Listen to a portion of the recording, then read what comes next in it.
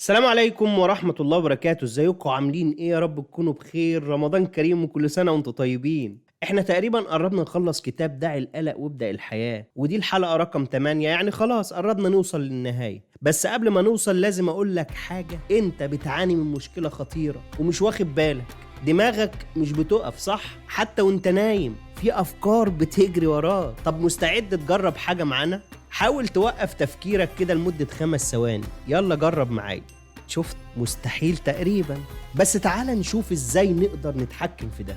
والجزء الاول اللي معانا النهارده، ليه دماغك مش بتسكت؟ العقل شغال 24 ساعة بيدور على مشاكل، بيحلل، بيخطط، وده ليه سبب علمي. مخك مصمم على البقاء، وعلشان يضمن ليك تفضل عايش بيحاول يتوقع الأخطار والمشاكل طول الوقت. يعني انت مش مجنون، دماغك بس بتحاول تحميك. بس الحماية دي بقت زيادة بقى عن اللزوم، وبقت مصدر قلق وتوتر مستمر. طب ايه الحل؟ الحل في الجزء الثاني اللي معانا النهاردة، ازاي نوقف المونولوج الداخلي ده بقى. بص، لما تلاقي نفسك بتفكر زيادة عن اللزوم اعمل اللي جاي ده.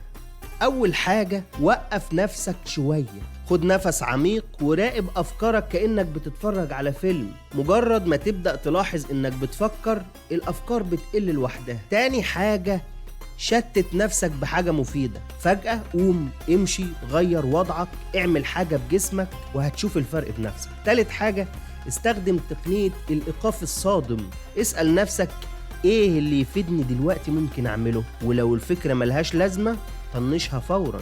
الجزء الثالث اللي معاه النهارده، ايه بقى السر الحقيقي لحياة الناس الهادية؟ انا عايزك تاخد بالك من حاجة، في ناس مخها زي البحر الهايل، وفي ناس عقلها هادي زي بحيرة كده رايقة، وده مش حظ.